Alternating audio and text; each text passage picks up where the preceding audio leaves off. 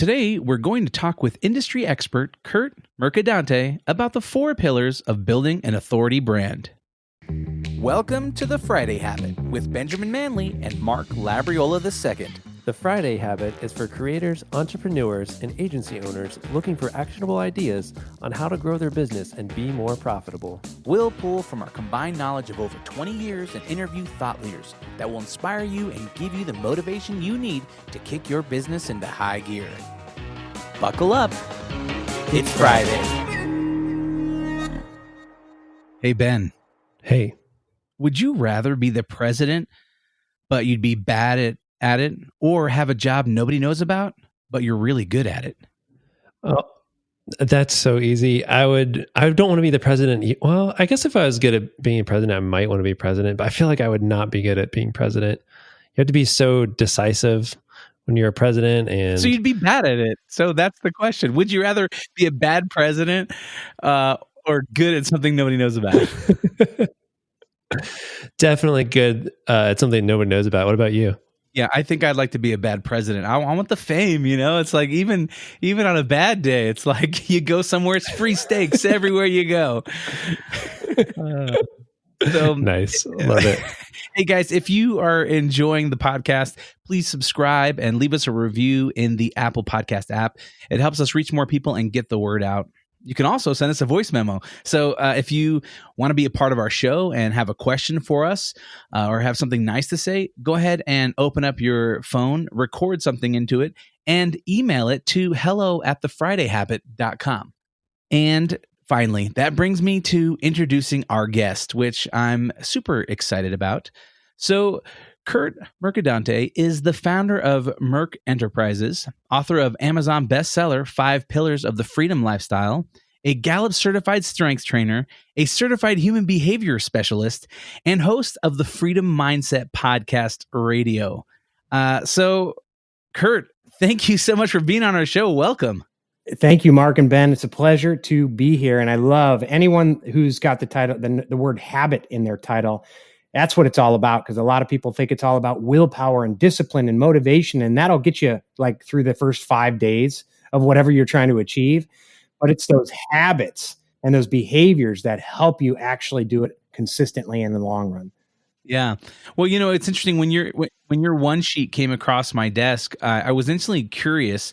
I saw a line in there that said that you increase entrepreneurs' authority brand or help them increase their authority brand. Can you explain a little bit about what authority brand means to you before we get into kind of our main topic of the pillars? Yeah, no, absolutely. There's 2 types of brands. There's an authority brand and a commodity brand. And there's nothing right or wrong with either. With a lot of the folks I work with, though, they're consultants, they're financial advisors, they're accountants, marketing consultants, they're building agencies. And they want to be authority brands. Brandon Steiner, who's a legend in sports marketing, hopped onto my LinkedIn feed a couple weeks ago, and I was talking about this concept, and he said, "Here's something to think about.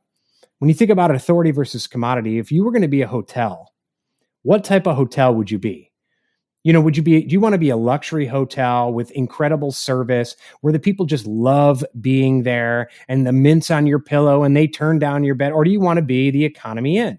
Now, there's nothing wrong with being the Economy Inn, but just know you're going to be treated like a vendor instead of a trusted advisor. You're going to attract clients who are pains in the butt, who doubt you, who toxify, if that's even a word, toxify the rest of your client base, right? But those, when you build an authority brand, you attract people to you. You're a trusted advisor. You are the expert. You bring loyal customers in. In years like 2020, commodity brands are the first to go because they're the nice to haves and they're the cheapola, right? Mm-hmm. Authority brands, it's like, no, I need Mark, I need Ben, because I need someone loyal by my side to help me navigate these uncertain times. That makes sense. Yeah. And I'm sure like commodity brands also are like usually competing on price, whereas like authority brands are like, hey, I know I want them, so can I afford it? I'll shoot for that instead of competing on price. Yeah, and that's a great point. And to make that point, I talk about mushrooms. People are like, what the hell are you talking about mushrooms for, right? So here in Charleston, South Carolina, just outside of the city, there's an abbey of Catholic monks, and it's called Mepkin Abbey. And when you go to these, some monasteries, there's monks, some monks make wine, some make beer, whatever. These monks make mushrooms, but not just any mushrooms. Like, I'm not a mushroom guy. These are incredible mushrooms. And you go to 4-star restaurants and you pay a premium for Mepkin Abbey mushrooms. And it's not just that they taste great all the time. It's that they have a cool story. The Abbey was actually donated to them by Henry Luce, who was the magnate of Time Life magazine. His wife was a congresswoman, an author. So it's a cool story mixed with quality, and they charge a lot more. Now, a lot of people may look at that and be like, why would I pay a premium for mushrooms? I can go to Publix, I can go to Harris Teeter, I can go to a local grocery store and get like a mushrooms for $1, right? Well, Mapkin Abbey's fine with that. Why? Because they're not going for the 8 out of 10 people who want to pay $1. They're fine with attracting those 2 out of 10 people who will pay a premium for the mushrooms, knowing that they're going to get quality, a real cool story, they're getting a name. That's authority versus commodity. Yeah, and it's interesting because I think a lot of us as creatives and entrepreneurs, we start out as this commodity brand, right? It's like taking gigs for as cheap as you can. I'm just trying to pay my rent, or make sure that I can afford the gear I need to buy to do the next job. And then as you continue to grow, there's this transition where you kind of need to make a decision, like, am I going to be an authority brand or an economy brand? So I'd love to get into this to help us understand more how we can, if we're not already an authority brand, how we can transition into an authority brand, and kind of like the steps and as you've kind of outlined here, the pillars of building an authority brand. Yeah, no, thank you. It all starts with the knowledge that every business started out as a thought. I don't care what business it is. It started as a thought in some human's mind. That thought turned into an idea. Your business is the manifestation of those ideas. Within those ideas lies your authority. Because why? Every single business, I don't care if you're selling golf balls, paper, high-end consulting, media consulting, marketing consulting, you're selling, I'm looking out over the ocean now, the guy who sells the umbrellas to people who want to sit on the beach. I don't care what it is. You are in the business of improving the lives of other people. And when you start realizing that, a couple things happen. One is when you wake up in the morning, you have an incredible mindset, because instead of saying, oh my gosh, I got to go beg people to give me money for something they may or may not want, you wake up and say, I have a duty to help other people. I have something that is going to make their lives better. I have a responsibility to go help them, right? So it helps from a mindset perspective. But you also start realizing that you line up 9 of your competitors. Could be very similar product, similar price, right? What makes you unique is those ideas for how you improve the life of someone else. I don't care if you put 2 used car salesmen selling Volvos. One is going to be a better car salesman and get a better dollar for that car because of the ideas they communicate on the positive impact that person gets from buying that car. Similar car. So you have to realize that going in, everyone is an authority if you choose to be. That helps with confidence as well, because not everyone started out, to your point, having these wonderful high-end clients, but everyone started out somewhere along the line, someone got the first high-end client. And so it takes a bit of confidence. Now, I'll get into that in a second. So the 4 pillars, it starts with attention. By the way, these all start with A. So it's easy. I'm not smart enough to remember anything else. So I had them all start with A so I can remember, right? So the first is attention. The 4 and A's. That's the obvious one. Yeah, yes, the 4 A's.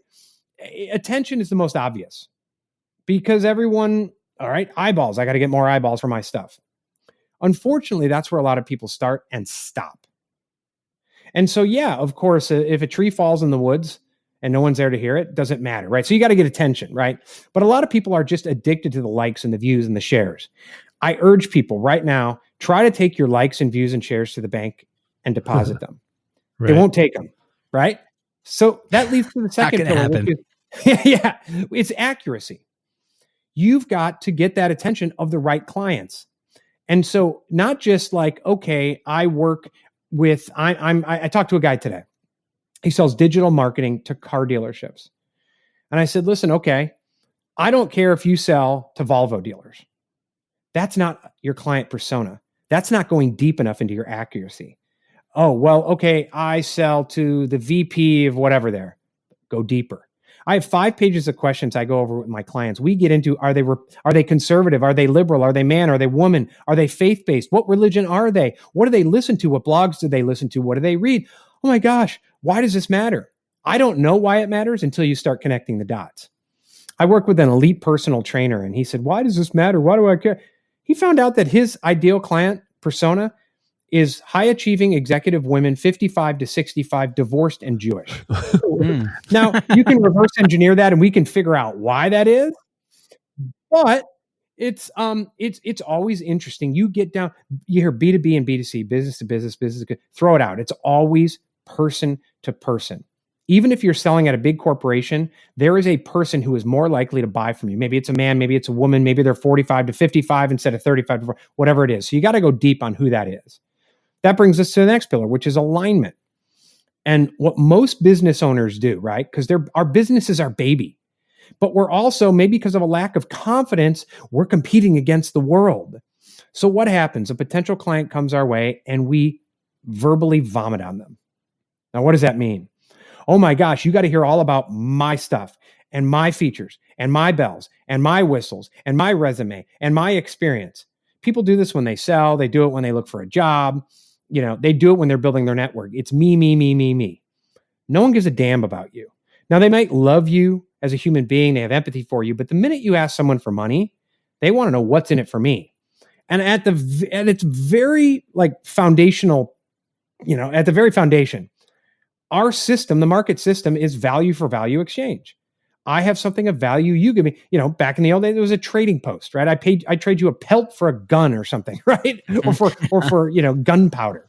That's what it's all about. What's in it for me? So you got to align what you do. More importantly, what's your impact story? What is the positive impact? Very clear, one sentence, not open to interpretation. It's got to be understood by a sixth grader. That impact, that positive impact your clients get from working with you. And the final pillar, A, is authenticity. And that's where that attention really comes back around.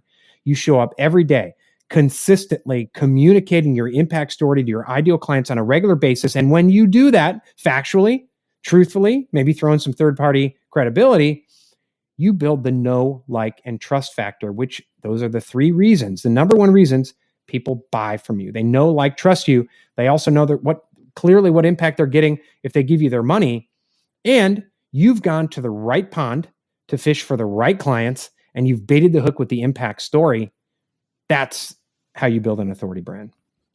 Man, that is so solid. It seems like so simple and clear, but in the same time, I feel like it is kind of difficult sometimes to wrap your brain around some of these things, because I feel like in some ways you have the industry, screaming one thing, and this, I feel like, kind of goes around that a little bit, and but gives you a clear roadmap on what you need to do in order to have success. Really, I mean, it sounds like to me, building an authority brand really just pushes you towards success. The more that you pay attention to these things and push into them. Yeah, I often like to say, the quality of Ernest Hemingway's novels was not determined by the type of typewriter he used. Right? He had an idea, he outlined it, he put words into paper, he knew who he was trying to reach, and then the typewriter is a tool. Well, guess what? Facebook, LinkedIn, Twitter, the type of webcam you use, all of those are tools, and they're going to change. I mean, I started in public relations and advertising 25 years ago, and one of the biggest challenges I see is shiny object syndrome. We think because we have technology and tools, I came of age when people used to say the medium is the message. The medium is the message. That's total BS. The medium is not the message. The medium is the medium. The message is the message, and you use the medium. You choose the correct medium to reach the people that you're trying to reach. Oh, you got to be on Facebook. Not if your clients aren't there. You got to be on Instagram. Not if your clients aren't there. So once you build that strong foundation, then you put together the process and you find out, where are my ideal clients? Where do they live online? Where do they live in person? Where do they live? Maybe online's not the best place to reach them. Maybe you, hell, I talk to financial advisors all day. Edward Jones still trains their people to go door to door to sell financial products. When you talk about being able to get that data, find out where your ideal clients are, and you just knock on their door, that's pure. Now we can do that digitally. You can knock on someone's door digitally. But if you don't build that strong foundation, it's garbage in, garbage out. I don't care what whiz-bang tools and technology you have. That makes sense. So when I think of like an authority brand, I think a lot of times of like thought leaders, and I think of people that are out there like putting out content to say, hey, here's what I know, here's what I'm an expert in, and that kind of thing. Is that something you recommend? How does that fit into this picture? Is that the same type of thing? Is that just a strategy or tactic to build an authority brand, or is that a totally different thing? Yeah, it's a tactic, and it falls under that authenticity. Okay. What type of message are you going to communicate on a regular basis and do that consistently? And a big part of it is becoming process focused instead of results focused. So what does that mean? I don't count my wins and losses each day and each week based on how many deals I closed. Now, I love closing deals. I have some goals I like to hit. But I know, for instance, I post a piece of content every day on LinkedIn minimum. Sometimes I'll post 2, sometimes I'll post 3. I put out 2 podcasts a week. Wow, that's a I lot. call a minimum of 10 people a day. Man. Those 3 things, my wins or losses are the hash marks on my notebook that I make 10 calls. Did I post content? If I do those 3 things, there's going to be weeks that are down. There's going to be weeks that are up. But I know if I focus just on my daily process over a 3-month period, I can guarantee you within $5,000 either way of what my income is going to be by focusing on process instead of the results. That's makes a ton of sense. I feel like I did the same thing when I first started my business. It was like I broke down everything I needed to do in a month, and then I broke it down into weekly segments. And I said, okay, if I break this into days, here's the 5 things I have to do every day if I want to succeed. And that helped me so much because, like you said, it wasn't in those words, but I was thinking, all right, if I just check these off each day, then I know that I'm going to succeed because I've proven that those are actually going to lead to results. Yeah, Nick Saban. I'm not an Alabama football fan, but Nick Saban is a successful coach. He tells a story when he coached Michigan State, and they were getting beat pretty badly by Ohio State. And up until that point, he was a results-oriented coach. We're going to win the game. We're going to win the championship. And here he was getting beat by the number 1 team in the country. He said, you know what? Something's not working here. We're like a middling team. We're not going anywhere. And he said, I'm going to stop being results oriented. We're going to change it right now. And from now on, we're going to put all our focus, all our mindset, all our passion, all our energy into the very next play. I don't know what's going to happen on 2nd down, 3rd down. I don't know what's going to happen in the 3rd quarter, the 4th quarter. My quarterback might break his leg in 5 places on this next down. There's nothing I can do about that. They ended up winning the game. And now he calls it the process. He's won so many national championships since then. I'm sure he has goals. They want to win a national championship, but there's certain things he's not going to be able to control on the way there, like COVID, right? Who knew that was going to happen? So what you have to do is set those long-term goals, reverse engineer them. That's the key. You set the long-term goals and you reverse engineer them so you know what 3 outcomes do I need to achieve every month, every week, every day. And some people in the middle of a workshop say, well, Curt, what should my outcomes be tomorrow? Like, first of all, I just met you. So how am I going to tell you what your outcomes are? And secondly, that's the problem.